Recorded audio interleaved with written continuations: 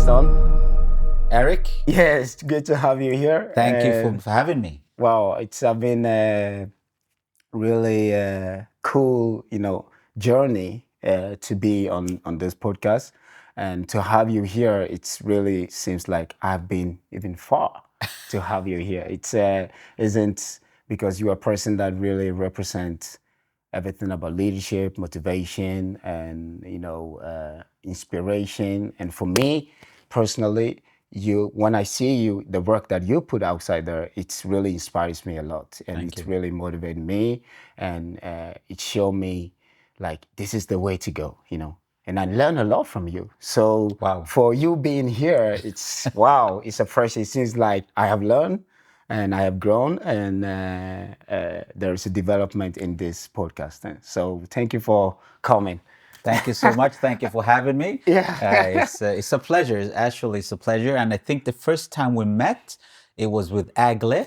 Oh, yeah. Yeah. It was back in the Yeah. days because I was coaching her also. Yeah. And so I started to see you in different events. You're with her, and after a while, I think you came forward, and Yeah. they started to talk a little Yeah, bit. yeah. We exchanged numbers, and Yes. but it took quite a long time before we had another contact and Exactly. really talked, and so now we're here, and I'm Yes. so happy that you're following your dreams. Yeah. Because that's something which is so important for me, to inspire people in around me to really follow their dreams. We just have one life, Yeah. and live the life to the fullest, and just be the best person you can be. And on that journey, if you can inspire other people to do the same, wow, that's perfect. Sure. Guys, this is Caxton, and that's what you get from him. That's it. You get that energy, that vibe, that inspirational stuff. So amazing. Well, I'm glad that you said that because me and Igor have been working together back in the days. Yeah. Long time I think was my first job when I came to Sweden. Yeah. And since there, I have seen the development in her as well. So it was great that we could keep in touch. And now we see that we're still associated in somehow in different events and stuff, but we are still in contact. So great. But Caxton, Yes. my first question to you. Okay. How are you really doing? Wow, thank you for that question. And let me just breathe in and feel, because it's so easy to say, I'm great and everything, but really just take a moment and just let it sink in. And Sure. I'm really at a happy place right now. I'm a family is good, um, work is good, I have my health, and I'm really at a happy place, and that's how I feel right now. Everything is how I would like it to be, and but tomorrow I don't know. So thank you for asking that question. But right now, and our challenge is to be in the present. Sure. And something which I try to work with every day, and try to be here and be thankful for what you have right now, because tomorrow, you don't know. Okay. Is that your philosophy, of living, being present, being now, the moment, or you're always looking forward to what next? Really, really good question. Because the thing is, I have been that person who's always looking for the next big thing. What's next? Where we're going? And through the years, I've become 43 years young. Wow, Not old, young. Yeah. That's what I put out there. I'm not old. Is that, as life has progressed, try to also look back and see, the things you've done to get to where you are right now, and also just be thankful for that, because things happen so quickly today, and Sure. I it maybe sounds crazy, but I always think like this: if I would die tomorrow, would I be happy, or would I be frustrated, sad, angry, feel that so much things that I would love to have done, which I didn't do? Sure. And I always try to come back to, I'm really happy. So if life would end tomorrow, I would end with a smile. Wow. And that's something which guides me through the day, and helped me to prioritize what is important right now. Yes. Wow, that's really good mindset and really good a way to visualize it, like how to prioritize by thinking of, okay, what happened if I would die tomorrow? Yeah. Would I be happy? Yeah, yeah. And you talking about you being happy today and everything. Now let's make a transition all the way back. Take me all the way back, where you can remember, like from 5 to 12.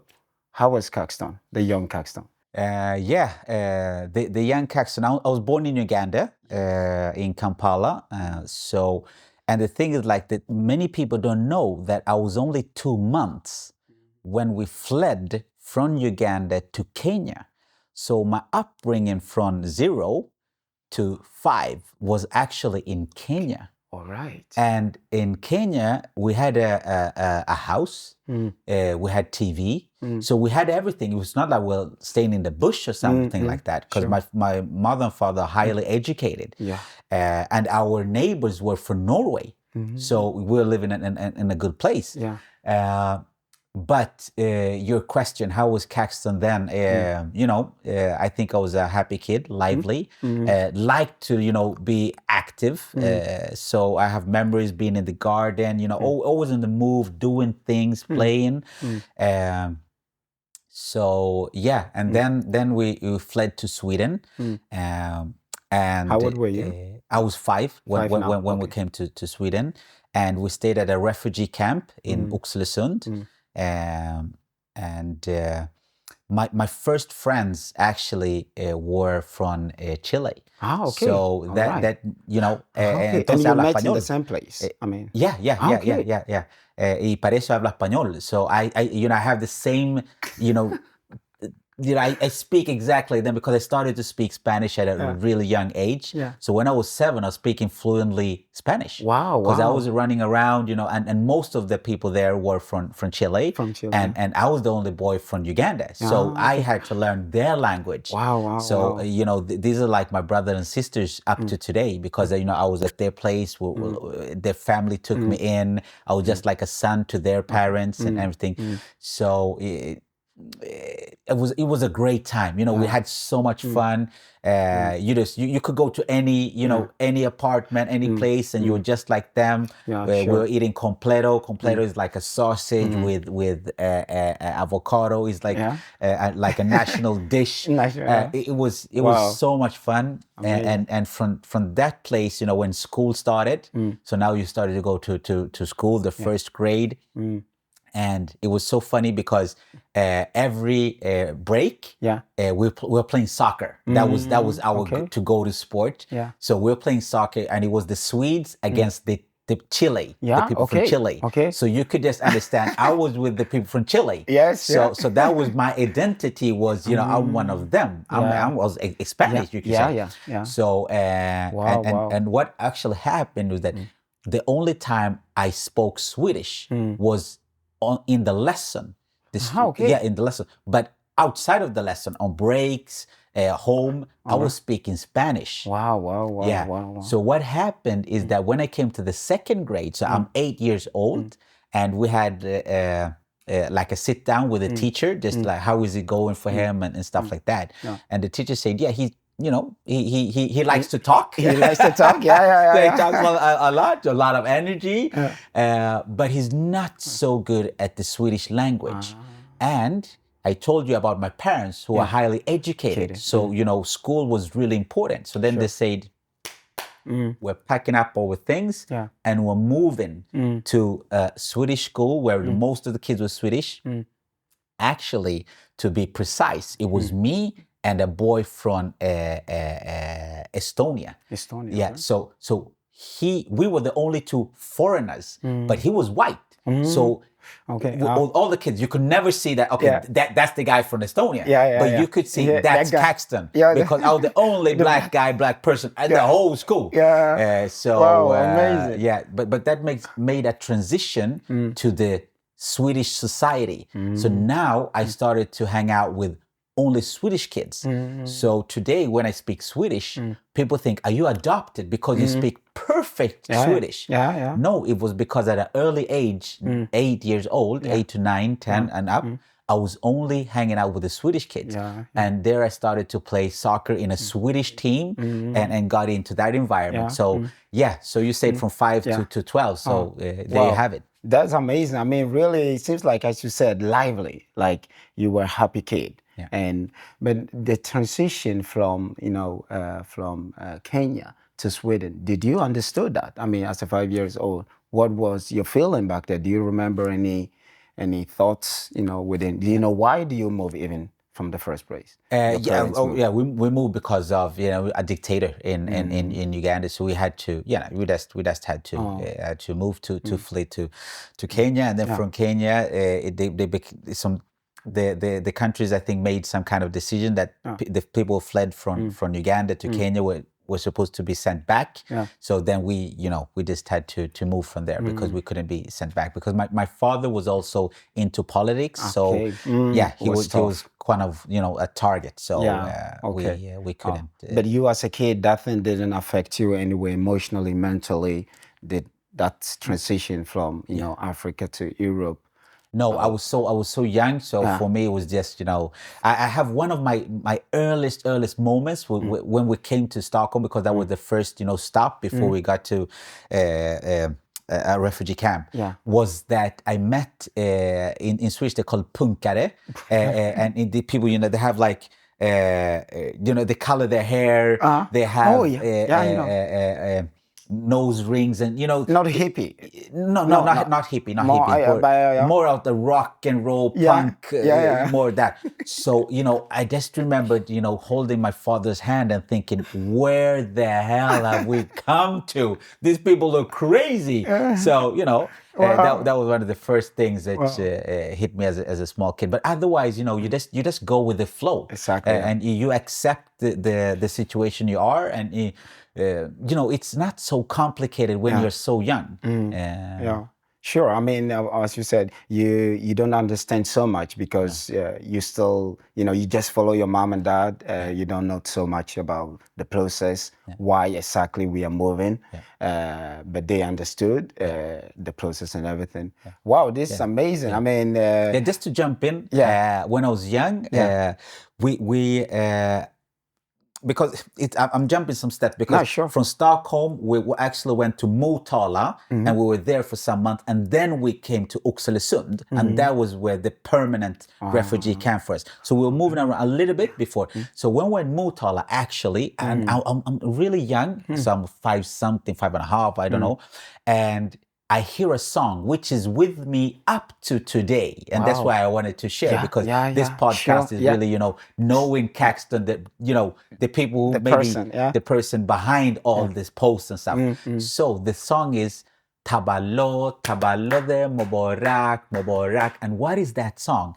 That song is Happy Birthday to you, happy, and that has set with me, and so I can't even point out. I was in some situation where somebody from Iran had the birthday, and that song has, it's with me every time. So every time I find somebody or I meet somebody from Iran who knows Persian, that language, I sing that song and directly we click, because it's like, what, some words in my language, and and everything.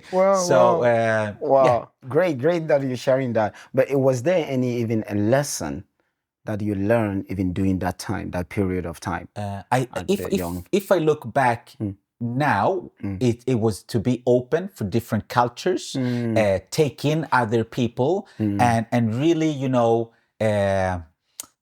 I'm not so shy to meet other people or be in new situations. So that, but were you always like that? I don't know, because that's how it's always have been. Because I had to flee. You come in different. So I think you learn how to survive in different situations, and you become that person who can handle these situations. So I don't know. Maybe if I'd be in another situation, I'd be something else. But if we look maybe at my personality, which is really open, I'm really, I motivate I'm motivated to be in with people and do things with other people. I'm not so much an individualist. I'm more of a group person. And when I've worked a lot with motivation and looked which are my key factors to when it comes to motivation is being with other people. That motivates me a lot. So I'm always looking at the team, the persons around. Who am I going to do this together with? Sure. And the other thing is development. So where are we going? Where are we heading? Has been stuff which has motivated me. So if I understand which people am I going to do this journey with and where are we going, you'll get 100% from Caxton. Wow. But if I don't understand which people are, or I don't really like the people, I'm not gonna, you're not gonna get 100% from me. Yeah, sure. And also, if I don't really understand why are we doing this, what is it good for, who is it helping, or if I don't really get that, it's tough. So I give you another situation. Somebody comes to me and they say, I want to be a better tennis player or a better soccer player. Or the best soccer player I can be. It's not good enough for me. I want to motivate me 100%. You go, okay, I want to win the Swedish championships. Okay. Oh. Now I understand. Or I want to become a professional soccer player. I want to play in the 5 big leagues. I want to play Champions League. Okay, now I understand, where we're going. And then we break it down. So, okay, you want to play here? Okay. Which position, what do you need, which physical things, and then we break it down up to, okay, you're here today. So your journey would maybe take this many years. Your journey would maybe look like this. You're maybe not going to be in this club. You have to change club because you've been in another environment. So then I start to put the puzzle and see, okay, is this going to work? And then I also see, okay, which competence do you need? Which knowledge do you need around you? You maybe need a physical coach, a mental coach. You need if we were talking soccer, you need a team which could go. So that's where the people come in. So the journey, which people, and then I put the things together and we say, okay, we have a deal. Let's do it. Great. It's more or less, now I understood how the process of how you work. And this is really good insights to have. Because along the way, we will talk more about those stuff. But you mentioned tennis, or I've heard that you play tennis, or you're a coach, tennis coach. When did the tennis kick in? Because at a young age, you were playing soccer with Chilenos. When did the tennis thing come in? Great. Because the thing is like this. I wanted to become a professional soccer player. But my father played tennis in Uganda. Because the structure is different. In Uganda, you have the sports in the school. In Sweden, you have sports, organizations. It's outside of the school. So it's more like the American system where, you compete with your school against other schools. So for him, when he came to Sweden, it was a easy way to come into the society through the sports. So he became a tennis trainer in Oxelösunds tennis club. And he was always, you should maybe try tennis. I'm like, no, I'm going to be the next Pelé, Maradona, and you look like him. Yeah, exactly. So I was like, no, but he was like, you maybe should try a little bit, So at the age of 7, I started, okay, I can play. And I was not even in the club. I was playing that in some outside courts near a school, which was called Brevikskolan. So we're just playing there. And, when something is, you feel it's easy, or you have, you catch it up quite quickly, it becomes fun. So I started becoming like, I maybe can do this sport. I maybe could like this sport. So that's how I came into tennis. And I started playing tennis at the age of 7, picked it up quite quickly, started playing tournaments. The first year, I lost every match I played. Oh my. Because I started, at a little bit a later age than the many other who are really good. So I was losing. The first year, I lost every match. So the second year, I was like, I just want to win some games. Wow. You know, if I can take a set, that would be great. So it was first the third year of playing where I started winning matches. And when I was 15, I was one of the best tennis players in the region. Wow, and the best player is called Joachim Johansson. He became number 9 in the world as a professional tennis player later. So, and I was ranked number 2 to number 3. I had a guy who was, you know, competing with, but he was the number 1. Joachim Johansson was the number 1 from Södertälje. Wow. So what happened? What stopped you from? Yeah, and that's a good one, because now you're gonna, you know. So the thing is like this: I'm 15 years of age. I play soccer. I'm quite a good soccer player. So I'm one of the better soccer players, at least in my team. And then I was almost came into the district team. So I was like in the last tryouts and everything. But I was quite small, and I was a defender. So you know, they went with when they were gonna structure the team. Then that's where I fell out. But I passed all the tests up to the last one, where now we're gonna make that team. So, and they were, of course, they want big, taller defenders. And were you playing right back, left back? No, I was actually in the middle, because I was steering. Are you there? Yeah. and when you're short, it's like it's tough to have that. But I had the vision, I have everything, because at a young age I was playing a center midfielder. So they just pushed me back because I had that vision, and I was the leader. I was the captain in my team in Oxelösund. So strong. Strong and everything. So then it was like, he could, you know, push the team and lead the team from behind, and you know, have that that vision how we should play and stuff. But back to your question, what happened at the age of 15? I had to make a choice. I had to make a choice, because now we're having. I'd moved actually to Nyköpings BIS to that team, because that team was one of the best teams, top 20 in Sweden. They were really, really good. That 2 or 3 guys, you know, trying out for the national team and stuff like that. Sure. So they were going to train 4 times a week. Plus, we got in a physical trainer called David Kliba, who had won the European Championships in Taekwondo. They were really, you know, having they got in the best trainers and everything. And we got a trainer who was called Urban Strand, who was working with a Division 2 men's team, who had come down to now take care of this team, because there's so much talent in this team. And at the same time, I was one of the best in tennis. So, you know, the equation didn't make up. The time was not, you know, I didn't have the time. So my parents, you know, we have to make a choice. But why did it land on tennis? That's the thing. Why did it land on tennis? Because my dream was football. That was the first. But it landed on tennis because at home,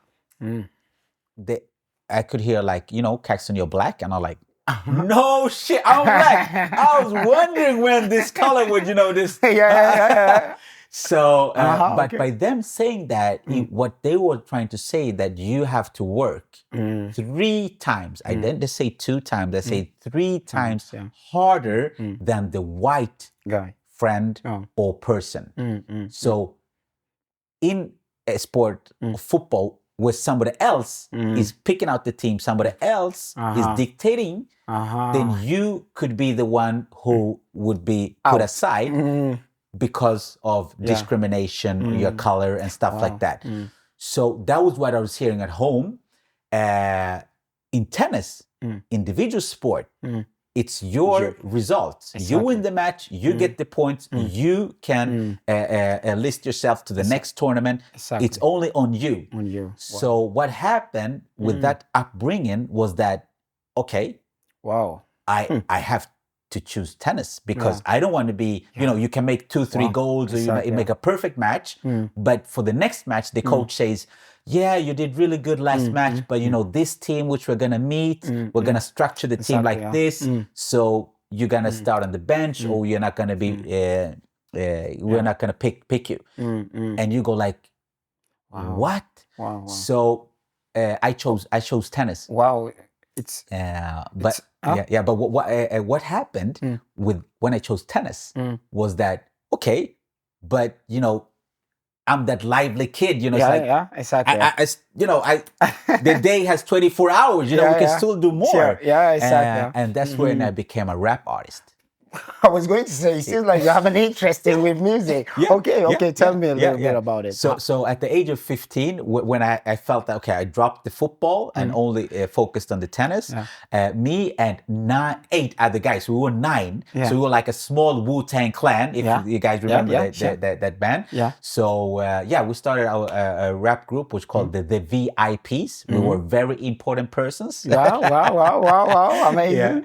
So so we started, making songs, of course, and then we just started small. So going to different what's it called, like what's the word in English, where teenagers hang out after school. It's like what do you call, open door, like a place where after school you go, like free. It's called fritidsgård in Swedish, but yeah.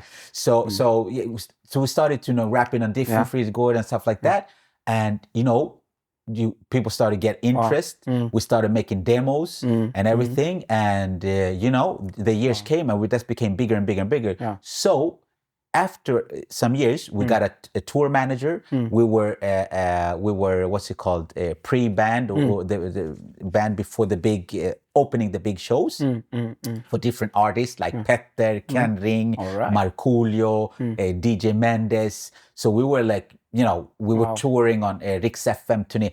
We were all over the places, festivals and stuff like that. So I really, lived the dream of the artist. You're living in hotels here. You come up on stage, and people are like, wow. The best thing, was we were playing in Linköping, a big event and opening for big artists, and one fainted. It was a girl who fainted on we were like, what? We're so good that people are fainting. Anyway, we were as kids, so we were like, oh my goodness, and writing autographs on people's arms and stuff. We was like, wow, we made it. We made it. So it was really, really a lot of fun. A lot of fun. I mean, listen to you, all these memories, all these stories that you are telling. It's now I'm really understanding who Caxton is. Like, like it seems like you have had a really, as you said, lovely childhood. Upbringing. There was no drama there and there. It was more like enjoying being the moment. And this was so amazing, and that gave me a perception of what I see outside. When you put a post or all that you do, you're like, wow, now I understand what this thing coming from. Now I understand why he want to be he's on the gala, why on the show, why on the music thing. Why I'm jumping up on stage. I'm like, whoa, how you doing, ladies and gentlemen? It's like, that's the artist in him who's coming out. Okay, because people are like, but he was a business. Yesterday he was like in the boardroom, sitting there and everything, had the suit, and now he's like, he's just something 360, different person. Exactly. But as you say, now you understand, it's been there. You just have to put him in that situation, and then it goes boom. Boom. It's like, now I understand even why you talked about diversity. Like, mångfald. Like, why you talk about things. Like, now hearing you about your decision of you choosing tennis instead of football. Like, they thought I was black. Okay. So it seems like, going back, was there like kind of a racism huge here in Sweden, comparing from back then when you're growing up and today? What is the difference? How is the diversity and stuff going on here? The diversity, of course, has been become better and better and better. But that's also a really interesting question. Because I get that a lot. Did you feel the racism? Have you been? And actually, not so much. Wow. Me, but it's because I understand the social codes, how I act, how I walk, how I look, how I, everything, how I speak. So it's really difficult to say, that African, that black guy. Because when I enter the room, it goes like, oh my God, he speaks perfect Swedish. He only doesn't even speak. He speaks 5 languages. Look at his clothes. Everything is flawless. So you have nothing to pick on me. And on top of that, he's funny. He's a funny guy. And you're laughing. He's positive energy. He doesn't think that he's the best thing. So you don't really have anything to touch to say that, but when I've been with my friends who maybe, they don't care that much, they're just themselves. Yeah. Then I've been exposed much more. I can give you just an easy example. Yeah, sure. We go to Stockholm, me and my friends, and we're going to partying and want to go out, and we come. So we're standing in the queue, we come, people look at me, they're like, okay, but we cannot come in. Why? Because your friend doesn't have the right shoes. Or today it's members clubs today, so I'm sorry. And then we go, but you didn't ask the other people who about members card and stuff like that. Yeah, but don't care about that. Yeah, so you come into like different shops and stuff. People are looking, but it's always been there. But maybe not directly towards me, because there's nothing you really can touch when it comes to Caxton. Yeah, sure. But I've been in situations where I've seen with my own eyes how people get treated, and that has built something in me, which really makes me to work harder for everyone to just be accepted for who they are. Exactly. Wow. Now I'm glad that you said this part is pretty about that if you have been affected by racism or you said no. And I honestly feel the same. Like when people ask me, or I remember this when this Black Lives Matter was going on. This was like big thing and everything. And people were sending messages or posts to other people, like black people, like, oh, I love you, like, oh, like a white person would send a post to you, like that. And I remember a friend of mine sent me a post. And I was like, I didn't know what to respond, because I was like, I'm good. I'm good. But like, you can make it send to. But I'm like, I mean, I have not experienced that. I have no any idea. And now I'm thinking, like, wow, it's because of your background. Like you have been hanging out with Chilenos, people from different people, like you said, being open for other people. Probably that have helped you to really see life differently. And the same was for me. Like me growing up, where I grew up in Spain, in Ghana. I was born in Ghana. I made a transition to Spain around when I was 13, 14. So go from 14 to, all my teenage, I was living in Spain, in Barcelona, where all my friends were Latinos. So we were very open, like the same as you have had, like music, football, dancing, samba, everything. We were always outsider and everything. So I never really, honestly, really felt like outside or felt like someone is being racist to me. But I don't know if it was also because of course, I was playing the football team where I was a lot of Spanish kids and everything, but I never really have experienced, racism in my life. So when I hear people talking about it or something and everything, and I'm wondering, okay, I don't really know exactly what's, like, I don't want to be like, oh, I'm agree, there's but I don't want them to also feel like, oh, this guy, he's black like me, but he thinks he's something. But I'm like, no, honestly, I have not had that experience. But just like you, I have seen people, being treated in different ways. And then you observe. And also I have talked to people, how they think. And it seems like it's a lot of mindset as well. Like whatever you put your focus to, it's expand.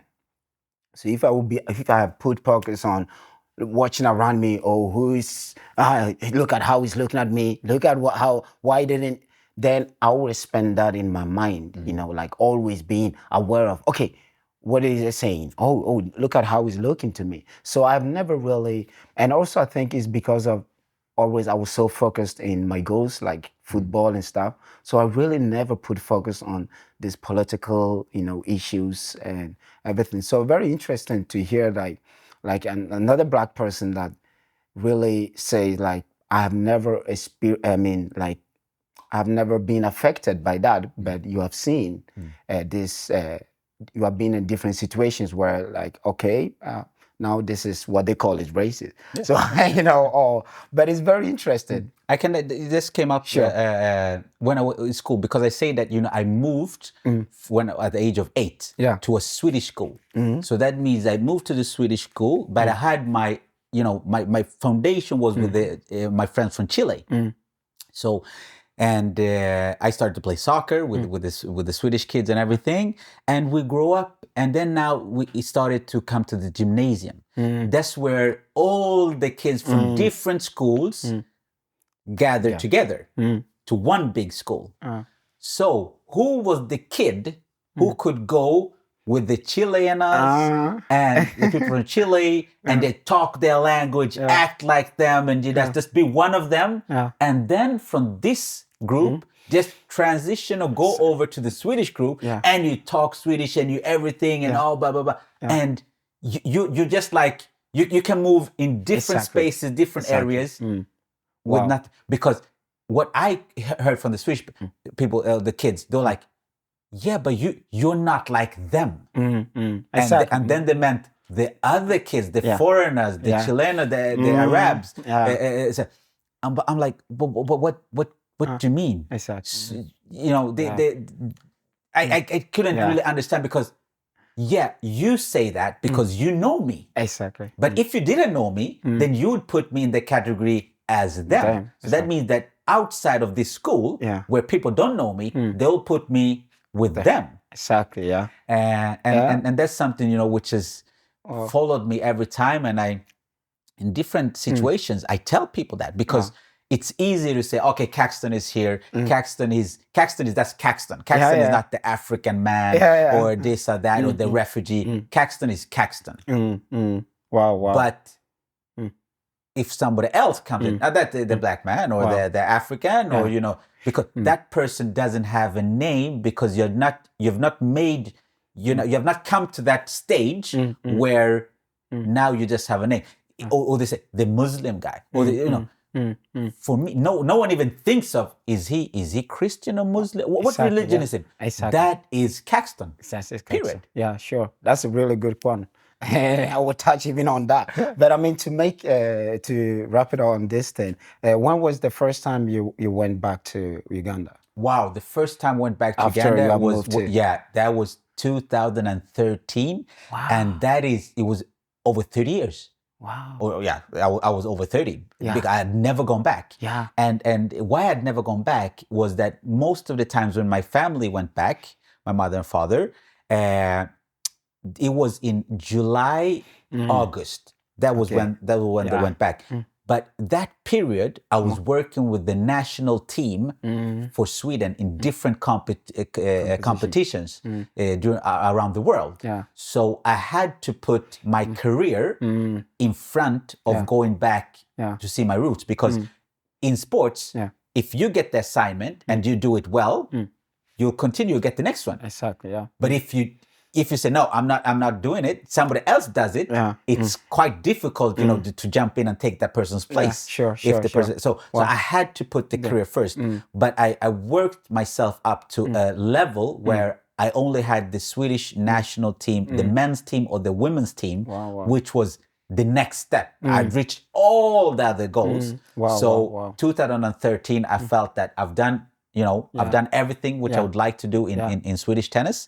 So then I put my family first, and I went back for the first time. Wow. And how was the feel? I saw a picture where you were playing football with some kids. Yeah. Was that? Yeah. It was, it gave me a lot of perspective. And that picture which you mean, we maybe can put it up on Instagram or something like that. Sure. So people can see. But because it means so much to me, that picture. I have it on all the lectures I have, because on that picture, you could see boys and girls. Some of them don't have shoes. Some of them have flip-flops. Some of them has something which could look like a football shoe. Yeah, sure. But they're playing on, what's it called in English? Tamak, or, it's just like, you would never... we'll never see Swedish kids play on something like that, because if they injure themselves easy, not even stuff a like Spanish one. No, exactly. So it gives me so much perspective that I could have been one of them. And that's what I tell the audience. I could have been one of the kids which you could see on this picture, but I'm not. So I have to take advantage of all the situations or everything that I have in front of me. Because if not, then I have to be really ashamed because there's so many kids around the world, not only in Uganda, around the world who don't get the same opportunities that we have here. Because talent is global. There's talent all over the place. But do they have the same opportunities that we have? That's not. Sure. Did you like the food there? I love the food. I love the food. Growing up, was your mom cooking? I mean, Uganda food. Yeah. I love matoke is my favorite. Matoke chapati. I love a peanut butter sauce. I have some, which I just amazing. I love. Wow. Yeah. Okay, Caxton in 3 words. Caxton in 3 words. Yeah. Wow. I have to say happy because that's happy or positive. That's one. That's one. And I would say social. And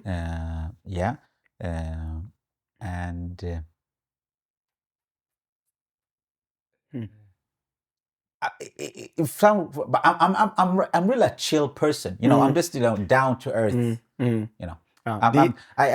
it's because when people maybe don't know me, they think that he loves to be in the hype, he loves to be in the but we talked about my career, as an artist and stuff like that, and all the tour. But what many people maybe don't know that I worked also 4 years as a manager. So I was 4 years, I was behind the scenes. I was behind the camera and helping other artists to be on stage and, perform and be the best. Because that gives me as much joy as being on stage, as being backstage and helping other people to reach their goals.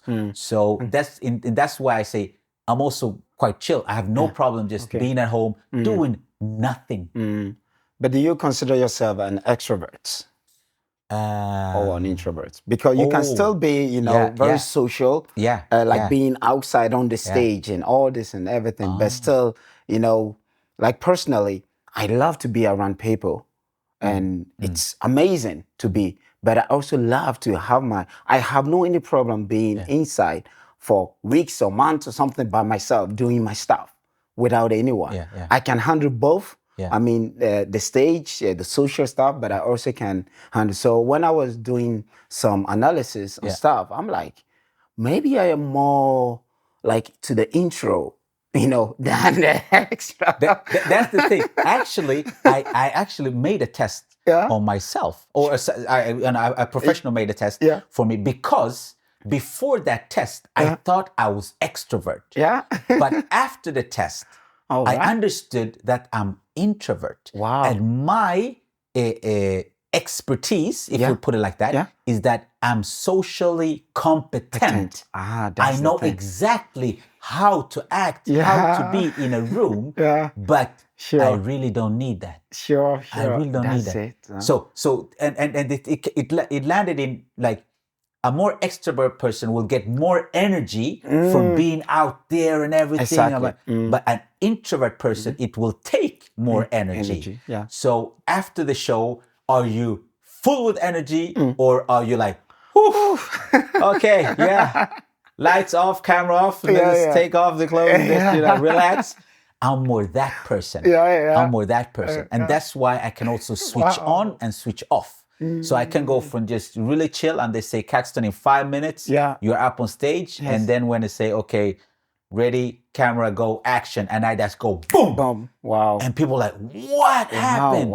Who's this guy? Because I can go into that mode.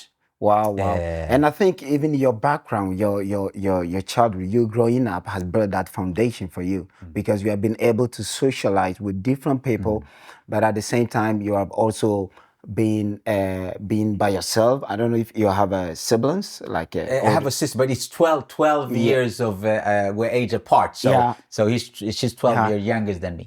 So probably, I think your upbringing have probably put that foundation to be a socially competent. Yeah. You know, because most of those things is not something we learn from school, right? We can learn something by education, but some things really come from how we grew up, where we come from, our family lifestyle and stuff. And I think probably this thing, competence, maybe, I don't know about your education background, by the way. Did you study at university? Yeah. Or Let's jump into that even. What is Caxton? What is the initiative? What is the beginning of Caxton Sport Management? How did it all started? yeah, everything started. It actually started, in that period where I felt that I've done everything in the tennis world, or the tennis, Swedish tennis world, just to put it like that. So I felt, what's next? Sure. So next would be start a company and go out now to schools and companies and help them with the keys which I've got from the sports. So that was where Caxton Sports Management was, the idea and everything was brought up. And this is 2009. Wow. That's when Caxton Sports Management was founded. And actually I had a good help from it called Nyföretagar Centrum. And I went there with only a name, Caxton Sports Management. This is what the company, and I love human beings. I love developing human beings. That's what I want to do. I had no idea of how to start the company and everything. So they helped me with all of that. I just had the passion of helping people and I had the name. Wow. That's wow. it. Wow. Otherwise, amazing. I didn't know anything. And then you started a company. This was 2009. How old were 2009. you? Yeah. Was I around like 20, 20-something. 27, 28, like something. But did you study Closer to 30s. anything? What did you study like after gymnasium? Like did you... I went a 2-year professional sports training education. Okay. So this education is brought up from the Swedish Olympic Committee and the Swedish National Sports Federation, because they wanted to hire the competence for the national captains and the trainers in the big leagues. It can be soccer, hockey, and stuff like that, or basketball. The top coaches in different leagues, or the national coaches, they need to get, also knowledge, get the latest in science and stuff like that.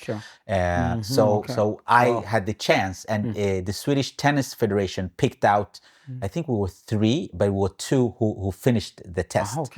So every federation had to pick out, like 1, 2, 3 people to go with. Wow. Yeah. So and I was one of them who were picked out for the Swedish Federation to go in that class. And I think, sorry, that gave you, also the confidence to do the thing that you do today.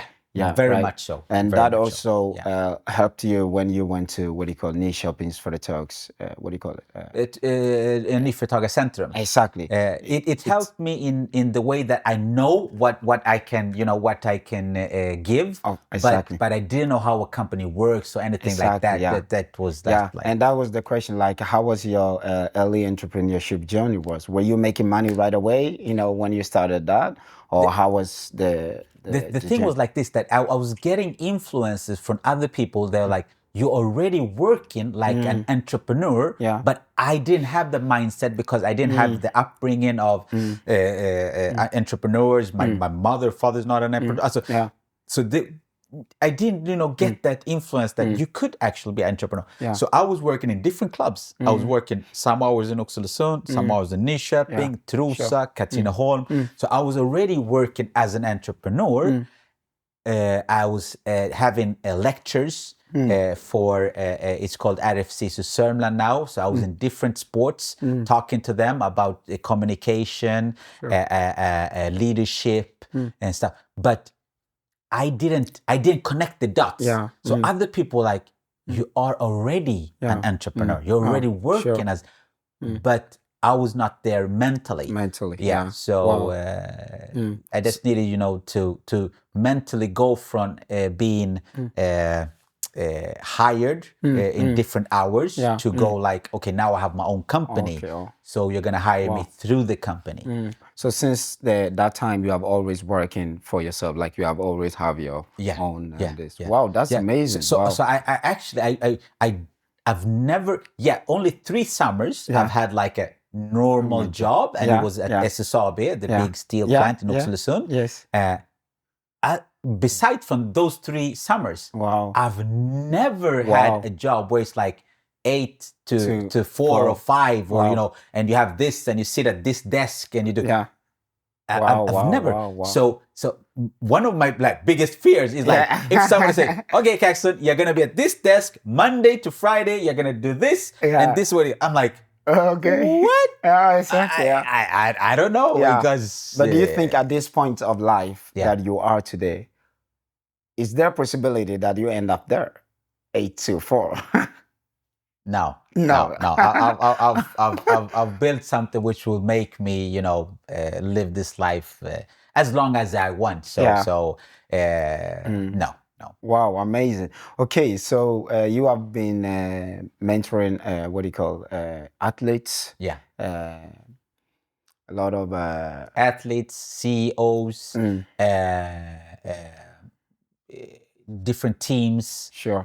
So, but and like bands and music. So what? Because when people see me, they say like, "But are you a mentor in business? You're sitting in 6 different boards. You have a bank. You have. I've been advisor for. It's called landshövding, and so, and to be that, you have to be appointed of the Swedish. What's it called? The Swedish government appoints you to be an advisor for this person. Wow. So you know, at that state, so people see me in that area, and then next time they see me but we thought you were the sports guy. Yeah. You know, are you not the sports guy? Like, you were the trainer. Yeah, you're the trainer. But and then they say, but now you're holding a gala, and you're there. But exactly. We don't really understand. What are you doing? Yeah. So what I say, I'm working with people, human beings. Exactly. What is different is the arena. We have the arena sport. You have the business arena. You have the music arena. Exactly. Yeah. But the thing which connects all of this is that it's human beings. Oh, exactly. Wow. And that's it. It's different words, and you have been managed to really work in different words. You know, right? In different sport world, business world, and that's fantastic. And that's I think. You are built for, and that's your vision, you know, your who you are as a person, and even tracing that back all the way from, you know, tennis, football, music, and everything, your upbringing is like, wow, it makes sense. It makes sense that he can show up in the gala. It makes sense that he can show up in the board meeting. How are you in the board meeting? Like, when you were going in with your suit. That's a good question. That's a good question, because it's the funny thing was that when I got my first appointment, I worked actually for like 8 years for the state as an advisor.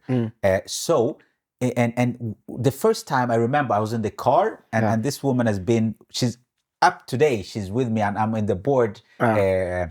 For it's called Stiftelsestyrelsen för Sörmlands Sparbank, which is the bank, and I'm sitting in her board.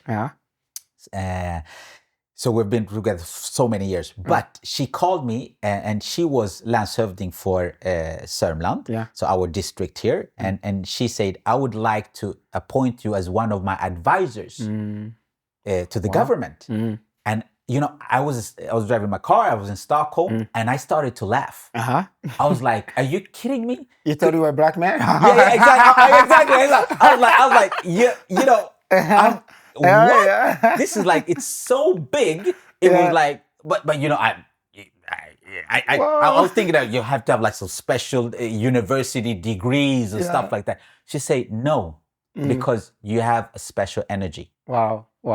And with that comes a knowledge which I would need. So I was like, okay. So I said, of course. And the first time when we came to that meeting, you know, it could be a little bit stiff, because all the people, exactly, they're high, Yeah. they're really, really Yeah. good people, and been different. So it's more, that the handshake, that's how you greet, hi, my name is Caxton. Do you try to? And I was hugging everyone. That was the first day. I'm like, hi, it's gonna be so much fun. We're gonna do this together. You're more authentic and natural. Yeah. So everyone was like, who's this guy? But what happened in the room was that everyone, the shoulders went down. It was like, it's a relaxed environment. Of course, what we're going to talk about and what we're trying to develop in our region, it's serious things and stuff like that. Because what we're going to do is the government, they have like, it's a letter, and they say, okay, this is what the government wants. So how could this work in your area, and what do you need to do? Exactly. So it's, it's important things. Yeah, sure. But we're still human beings. Exactly. Just, relax. It's going to work out really well.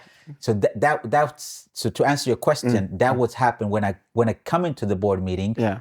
I'm not, I don't have problem to ask the stupid questions. Sure. Because no one wants to ask that question, because exactly. What you didn't know that, everyone knows that, or people try to act really smart. Yeah. And I'm like, I don't understand. Wow, sure. And if I don't understand, how do we think, the customers or the people or the society is going to understand? Yeah. So you are not going in, so Mr. Know everything. They don't expect that you know everything. No. And I think I can imagine you just asking the right questions. I mean, that's it. Because many people are thinking the same thing, but no one wants to say it, because it's like, what?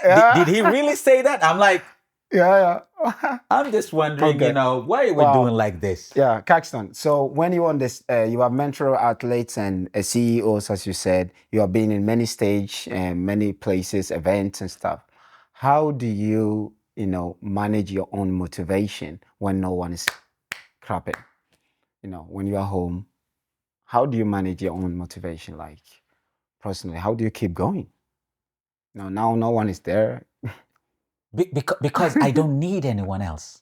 That's the thing. I don't, because I started to think, you said no one is clapping. I'm like, that's not a problem.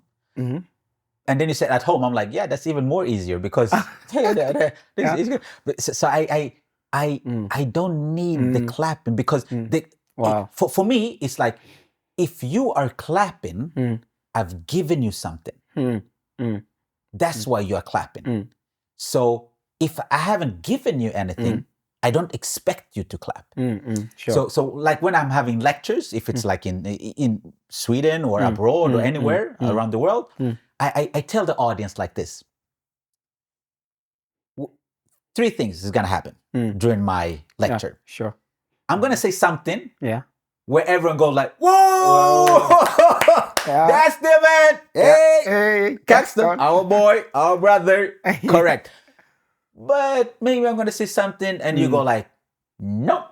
No. Yeah. Not going to happen. That doesn't work. Maybe in Sweden, maybe where you're from, but not here. Not here. Not in this company. Sure. Not in this venue. The third thing is going to be maybe, that was interesting.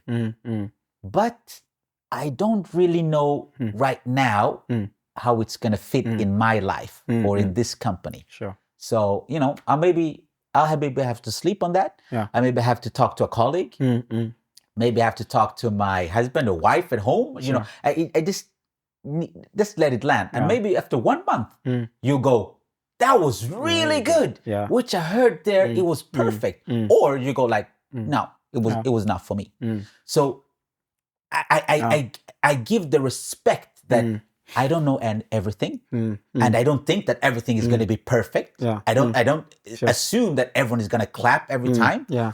So I have that respect, and the same thing. Also, I tell the audience that this time, which we're going to have now, if it's 1 hour or 90 minutes, or we're never going to get it back. Sure. We're never going to get, because we cannot turn back time. Sure. So we are going to do this together, and they're like, yeah, but we came to listen to you. Exactly. The pressure is on you. And you're talking about we're going to do this together. So I said, this is the way we're going to do this together. So if I say something which you feel is good, just give me thumbs up. Yeah, sure. something which is no. You know, you wait. Just give me thumbs down. And if I'm really bad, I'm like, I suck. I'm really bad. You just go. Yeah. And then I understand that, okay, you know, you have to step this game up because it's not good enough. Sure. So, have you ever been in a show where you come home? What is the process when you have been in a show, you come home? Now, no lights, no stage and everything. Is there like... And after put everything out on social media or Yeah, not? after that. Exactly. Yeah, exactly. So I just want to understand the process because the process goes like you come off stage, everything, boom, boom, boom. You have to go on social media, you put everything out, you thank everyone, you do this. So it's like a process. And then after that, when, you know, no one, no light, no one is there, you know, you by yourself. Who is Caxton there?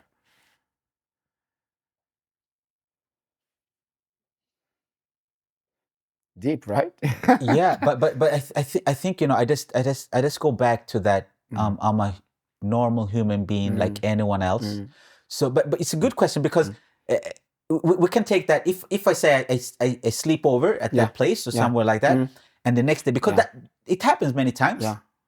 And people come to me like the next day or like, at breakfast. Wow, man, you were you know, you killed it. You killed it. You were so good. Thank you so much for good lecture. Or thank you for holding this call or hosting it or something like that. And because then I'm not, you know, addressed like on a stage. I don't have the suit. I'm just like, you know, in my t-shirt or just some trainers and just humble like anyone else. Thank you so much. It really means a lot that you took your time to come over and tell me this. I really appreciate it. I don't take it for granted. And is there anything which you felt a little bit, you know, hit you? Yeah. Because I want to turn it into them and see, okay, how could this really help you? And please reach out to me through social media or hear my contact if I could help you in any way with no cost, you know, just because I wouldn't be where I am today or where I was yesterday where you saw me on stage if there were not other people who were ready to help me when I maybe didn't have the money or the funds or the sponsors or, you know, so everyone needs help. It seems like, I mean, you have always been also under the spotlight as well. Like people have always been there, like even after the show or something, there is people still close, you know, where you can still talk to and everything. Have you ever had when was your saddest day ever? And what happened? My saddest day. It's a long time. Yeah, I have to really think because I don't. Have you ever even had one? You know, all the breakups, you know, the relationship breakups. That would be like one of the saddest. But is there any moment that was a defining, like this was sad, but maybe probably you learned something there? Yeah. I just had to. I was actually in the reality series called Survivor. Robinson. Yeah. So I say Survivor because that's the international word, but Robinson in Swedish. And I was the first person to leave the island. Wow. And I had a plan. Because I'm the guy who always have a plan. You know, I don't come anywhere just like, I'm here. Yeah. So I had a plan, everything, and it didn't work out as it was planned. Wow. And what happened basically for the people who have not seen it is that I love clothes, as you see. And I know that you're from Ghana. Yes. So I have a dress from Ghana. What do you call that? Your what do you call your stick? What is the name, the traditional name for it? Oh, this one, actually, I don't know. Really? I don't know. I bought it in Uganda 2 years ago, and I was like, this is gonna be perfect. Gonna go with my suit, and it was like at a market. So I didn't. But I maybe have. I hope you didn't went like this to Robinson. No. Robinson was back. But it was not far off because when I went to Robinson, I had different clothes, different colors with the everything. So. We jumped on a boat and we're going to go to the island. And basically before the island, like maybe 100 meters, there was flotte in Swedish. This was just like you could jump into this. There's some wooden... a kind of a bridge or something? No. Not a bridge, just like, say that they've out in the world, they've just put like a square, Yeah, sure. which you could stand on. Yeah. Yeah. And on that square, there was a chest. So, okay, so we started with the boat, we're looking at, okay, what's that? And then we started to look, towards land, and we saw, okay, so, and we're going towards this chest. So we started to understand, we were 9 guys in the boat. So I started to understand that something's gonna happen. Because when we came a little bit closer, we could see that on the beach, there were 1, 2, 3, 4, 8 bandanas hanging like this. But we were 9 on the boat. Oh. So now we, the math. Yeah. We're going there. Are we gonna swim to land or something like that? Yeah. So, wow. And I had a hat. I had a shirt. I had army pants. The other guys just had like a small tube tank, I think it's called, and shorts. Yeah. So I had clothes, and if you have swim with clothes, you know that you're not that fast. No way. I'm like. So that was what happened. We came into this float there where we're standing, all the boys. We opened the chest, a letter. We had to read the letter, and when we came to the last word, that was the word go. So then you just jump into the water and started to swim towards the beach. Wow. And the 8 first, they got their bandana and they stood. But the last person was out. And that was exactly what happened. I had so much clothes and everything, and I was stressed and So I was the last person. So I went out, and then I came to what's called like the second chance. So I was there, but even there, I was the first person out. I'm sorry. Yeah, no, don't worry. You can laugh because it was so bad. So this guy is. I went out, and when I came back to swim, I came into depression. Wow. Because it was the first time in my life where I had put a goal, aimed. Before Robinson, I was like 2 weeks before, 3 weeks before, I was up 5 o'clock in the morning, no breakfast, running, going to the gym, because I wanted to understand how my body would react, my body and mind react with no food, and you have to do physical tasks. How are we going to work, and how can you keep your mind solid so you don't go, crazy over there and stuff like that. So I'd really, thought out everything and done as much as I could. Wow. I missed one thing. I missed one thing. Okay. Robinson always started, I don't know now, but started with water. Okay. If I had seen the previous 10 years back, I would put those dots together and understand that the first thing when I'm entering the island, I should have only shorts and the tube tank on. Yeah, because you're gonna swim. Somehow we're gonna have something with water. But I didn't do that because I was ready to do the Indiana Jones. I was an entrance. So I come in with the hat, the everything, the style, and the Swedish people will go like, he's gonna win everything. He's gonna win. So what happened? I came back. I came into depression. It was the toughest period in my life. I told my agent, And the thing was that you're not allowed to tell anyone because no one should know that you are abroad. I was in Cambodia doing this, filming it. Wow. So everyone was like, where are you going to go? No, I'm going to go abroad. I've got a job possibility. Yeah, but can we call? No, you cannot call me. No. I'm like, what do you mean you cannot call me? But you have internet, you can mail. No, it's not possible. They're like, are you going to go to jail? Yeah, because exactly. we were so curious that how come we cannot contact you for 6 weeks, because that was the period where they're gonna shoot everything. So after 2 weeks, I'm back, and everyone like, you're gonna go away for 6 weeks. Why are you back after 2 weeks? And then you had to bring up another lie. No, we didn't work out. Blah blah blah. So like, but where were you? I was in Trinidad Tobago. What are you doing there?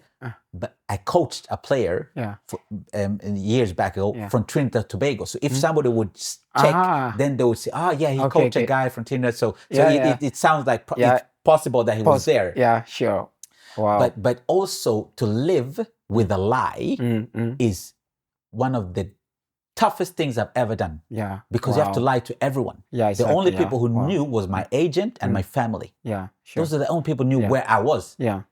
Anyone else couldn't know because you write a contract that you are not allowed to say where you confidential. are. It's confidential, exactly. And if it comes out, you get a fine with 200,000 Swedish crowns. That's the first. Wow. After that, the lawyers will see how much damage have you made to the program because now it's leaked that you are going to be one of the people.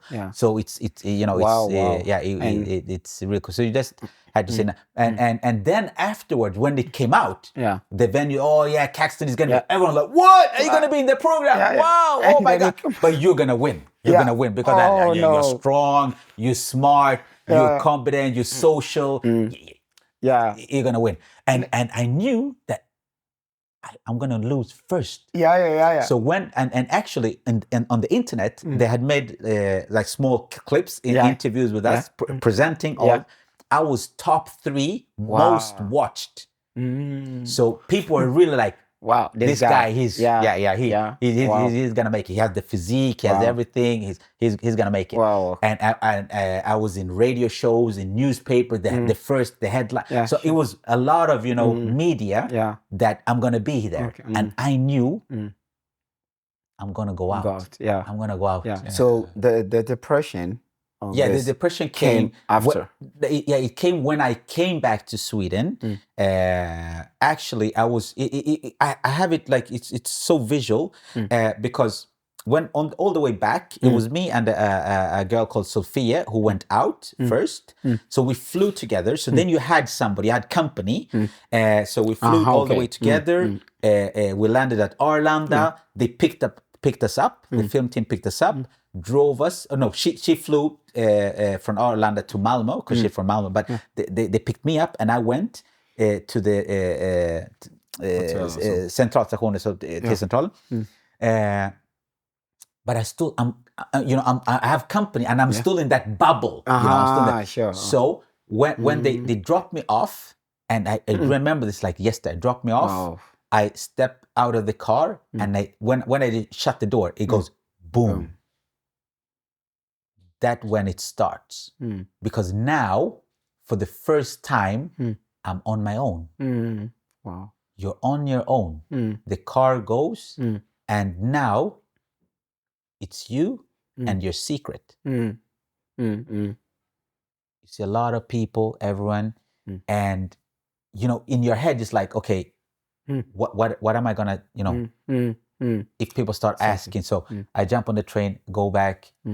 And this was also a funny thing because I come back and I come to Nyköping and because I had a car, I had not gone, by bus for ages. I didn't even know how to pay on the bus. I was like, how does this work? No, you can pay with card and everything. Okay, so I go into the bus and you see people, they look, but when you're, the depression start, you start thinking that, are they looking at me? Do they become paranoid? Paranoid. do they know that I'm, I'm not supposed to?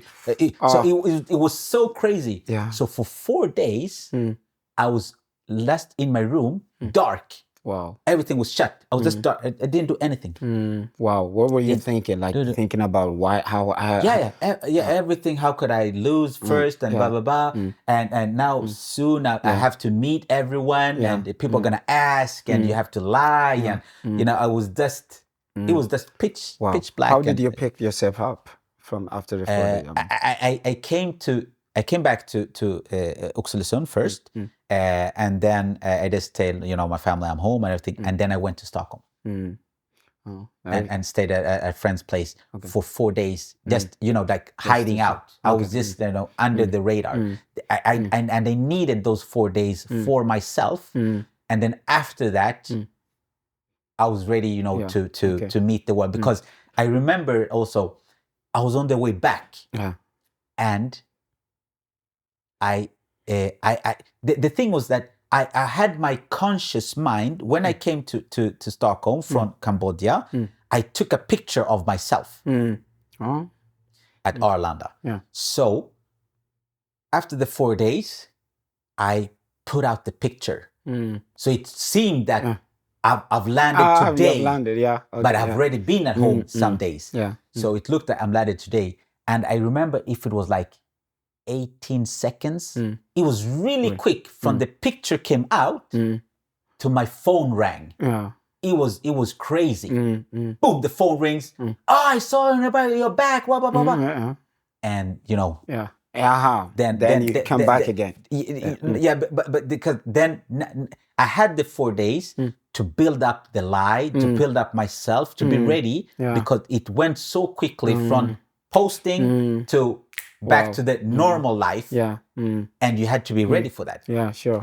So yeah, actually during that period also I talked to a psychologist for TV4. Yeah. Wow. Yeah, because I was. Did it help you a lot? Yeah. I was. Wow. You just need to talk, and actually the because you do different tests, and one is that you meet a psychologist before because they want to see, are you stable enough to be in that kind of environment? Yeah, sure. And when we're talking together, she said that you were not even, you know, I would never even, you know, think that you would be close to, you know, this happening to you. Yeah, like because you were so, you know, you're so stable and everything. You know, there was no signs of that. Exactly. He would be. Wow. But I was a mental coach. I knew when I was in that situation, I knew how to handle everything because I was like on autopilot and mode and everything.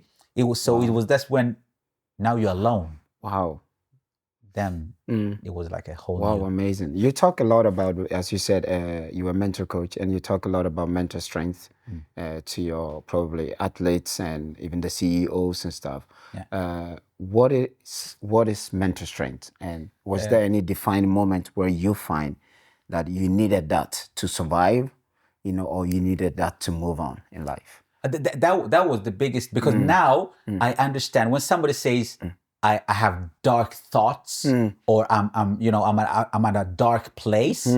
I can relate. I can understand what that means.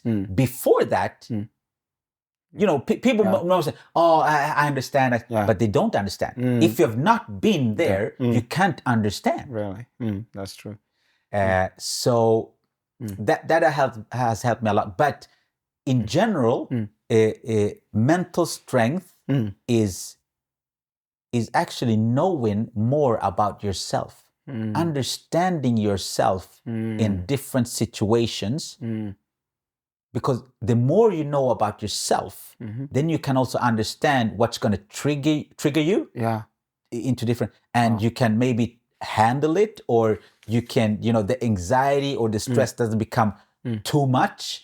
You can also start to accept some things, that this is the way it is because I'm like this, and you know, it's okay. Instead of, you know, putting blame or you know, you're not able to really be yourself or perform because your thoughts or feelings are holding you back. But you maybe can accept this is how it is. But I'm still gonna step on stage, or I'm still gonna go in and do a great match or what it is. That's what it is to me, and that's what I help an athlete or CEO and stuff. Because when I first understand the person and then I understand what's important for the person, that's when the work starts. Wow. That's when the work starts. Amazing. I mean, is there any lesson or anything that, you know, like young athletes or young entrepreneurs underestimate in their journey? Like any lesson or something? They underestimate most of the times the importance of patience. We talk about grit in sport or resilience and stuff like that. Sure. That's what they underestimate, because everything today is quick. Everything goes quickly, but not patience. Everything is quick. You have to have patience. You have to have grit. You have to have resilience. You have to have what's it called? Over and over consistency. So if you don't have you know. And do you think, I mean, the social media is something that is making people being impatient, probably, because they see everything is happening. Oh, look at my friend there. Look at this person there. And then suddenly people are making decisions based on what they are seeing on social media. So they become impatient. And Yeah, I'm going to give you a really good, just, sure. It was this week. Yeah. Working with a really good soccer player, and he showed me, okay, I'm going to do this and this and this in the gym. I said, yeah, it sounds good, but who's done these tests on you, so you know that this is what you should be doing? No. But where did you get this from? Yeah, I looked at another academy. They were doing this, and it's good because he has his own will, and he's trying to find the answers. So it's really good. Yeah. But if we want to do it the right way, we have to first do physical tests. So we have to know, where are you? Where is your body? Sure. Where are your weaknesses and strengths? And how do we build you from that? Sure. So this program is really good, but how do we know that it's made for you? That we don't know. Sure. And I don't want to take any risks with you, because you're gonna become a really good athlete. Yeah. But if we are not conscious, or we work at a professional way, you'll maybe injure yourself. Exactly. Yeah. Wow. So with that comes, the patience, resilience, and because, as you say, social media, you see here and you see a guy who's strong, jumping here and do that. I want to do the same. And he say, I do this and this and this. And then you say, okay, I want to do the same. Yeah, and you're changing your goals all the time, because you see the other day, like, oh, that guy, he's big and he's still playing football, and or that guy, oh, he can jump. So it's like you constantly change, like, oh, now I want to be like this guy. I want to have a big muscles and still playing in this level. And another day you see the other guy, like, oh, I really like this guy. He's really good. But he doesn't have almost no muscles. He just, and then you're trying to go down weight and trying to, so it's like you're always trying to see, okay, but it's inconsistent, right? So I've always, even playing football, from the very beginning, I learned, as you said, mentoring, to learn to know yourself much more better. I learned to know what are my, strengths, which was being very quick, very fast, and also being, physically being strong. I was strong physically, very fast. So, okay, that was my strength. And what was my weakness? Weakness was more technical, with the football, So I focused on my strengths. I really trained so much on my strength, and the technical way, I was just being consistent in training. I was there playing football. I was there, and everyone around me thought I was the best player they had in their team. Yeah. And I was like, really? I'm thinking, I was young. I was like 14, 15. They're like, oh, the best guy. And I'm thinking, I have not this coordination that you guys have. Exactly. I was playing football in Africa with stones and plastic bags and stuff. Yeah. I don't have any corners where I don't have the technical ability. I have been just running and playing games. Yeah. And so when they saw me, like, wow, you are the best player, they're just thinking, because I was quick, so I could take the ball. I was always mental, like in the right, just position yourself in the right place. Yeah. So I was very quick and I was very strong. You could not pass. Either the ball pass or you pass, but not both. That was the mentality. Exactly. Not both. 50-50. It's going to be the ball, it's going to be you. Yeah. So it's like, but they saw me like one of the best player in the team. Yeah. But I knew myself that, wow, technically, I'm not doing these skills that they are doing. I hate those stuff. Yeah. I don't like games. Like, let's go straight to the stuff. So, I mean, I learned from very early what I wanted. Yeah. So always my goal in training in the gym has been strong, being stronger and faster. Yeah. So I don't lift those heavy stuff.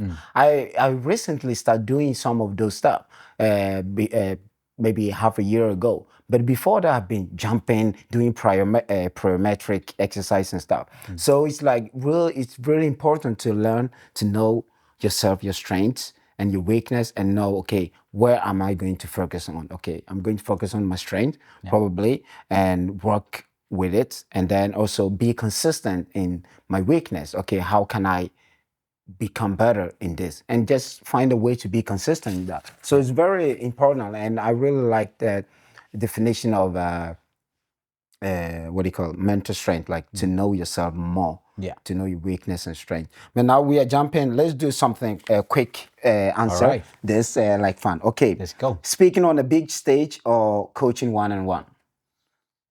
Big stage. Big stage. Okay, tennis court or football field? Tennis court. Early morning or late night? Early morning. Early morning. Strength workout or mindfulness meditation? No, strength. Yeah. I think it would be a strength workout. Oh, really? Okay. Uganda matoke, or banana. Yeah. Or Swedish meatballs? Matoke. Matoke. Yeah. Wow. What is that about? What is exactly is matoke? It's a banana which you make. You mash the banana, so it becomes like mashed potatoes, but it's mashed banana, and you have that with sauce, and you eat it with your hands, and it is, my God, it is. Which sauce? Chili or? You can eat different sauce, but I love the peanut butter sauce. Okay. Oh my God. With banana. Wow, that's interesting. I must try that. I have to.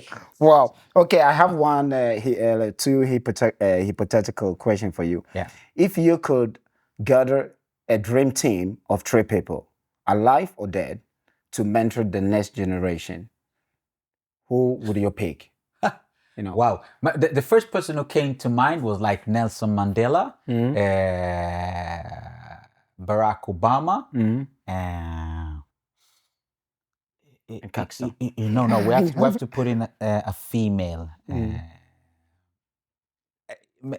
Oprah Winfrey, maybe, would be a woman.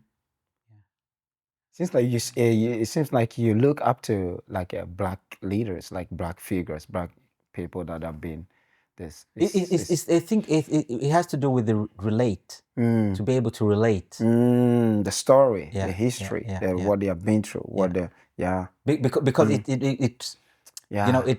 it comes closer to me, because that's why I'm really lifting. I like to lift up. That's why diversity is so important, because this kid has to be able to see somebody who is like them or same background in somehow, to feel that it's possible. So that's why today I'm in different boards and everything, and I'm always available for other people, because I know how much it means to be seen. Wow, sure. Wow. It's so important. And we could, like, if we just look in Swedish media, how many times, I'm asking now you. Yeah, sure. How many times have you seen an African man in the business perspective in TV in Sweden? Wow. I watched this program called Drockens. Drocknestet. And I've always even wondered, like, how I would love to see a black person being the investor. So not often, especially here. Have you ever seen somebody? Not often is like something. Yeah. Have you seen? I have seen you somewhere. But even higher up, if you like, I don't watch so much TV. That's the thing. I don't even have TV. I just see like a program. Read or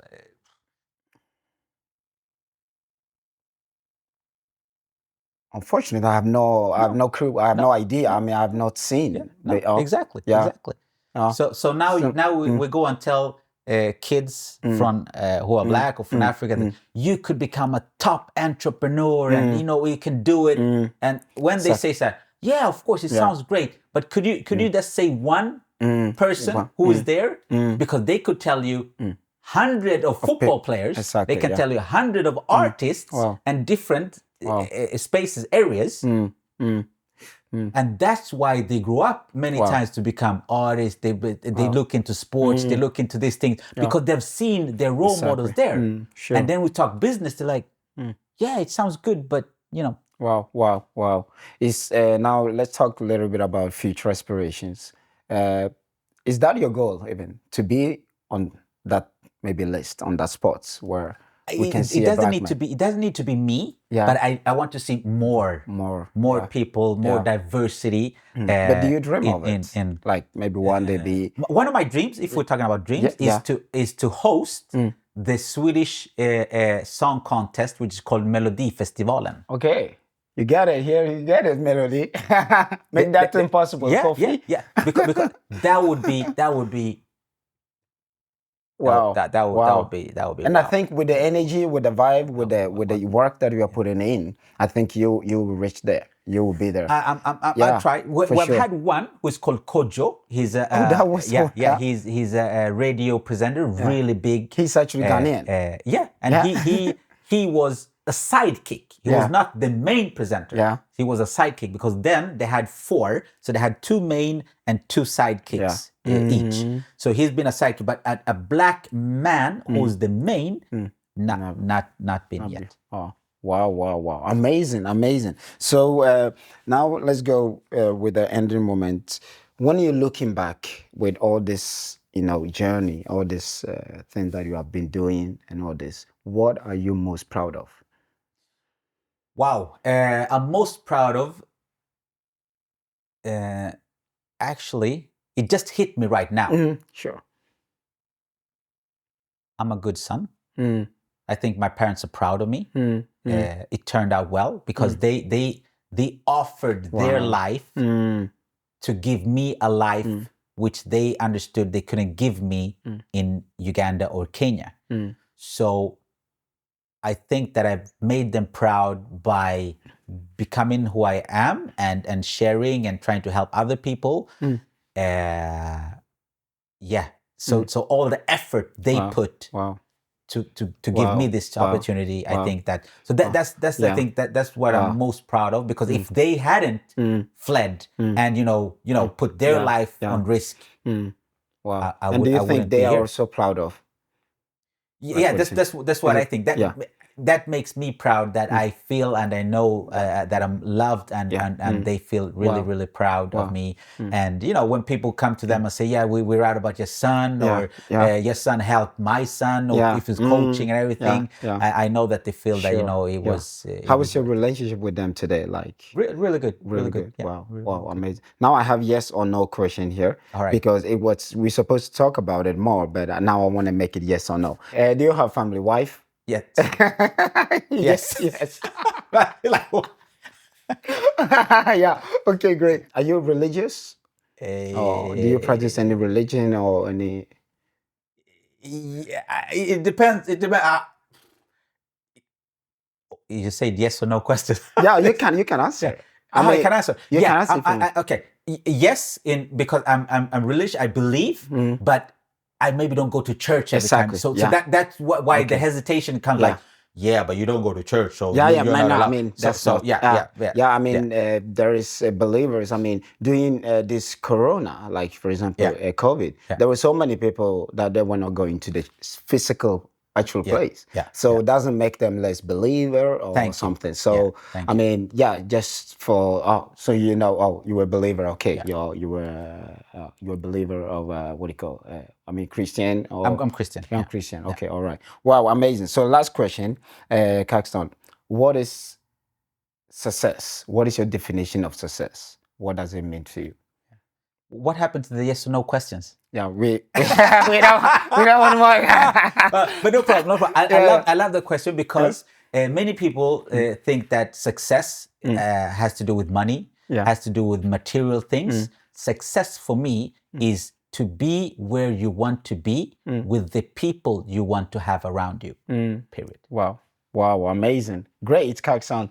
Good to have you. Thank you so much for coming. Thank you. This was an amazing. Wow, great. Maybe we should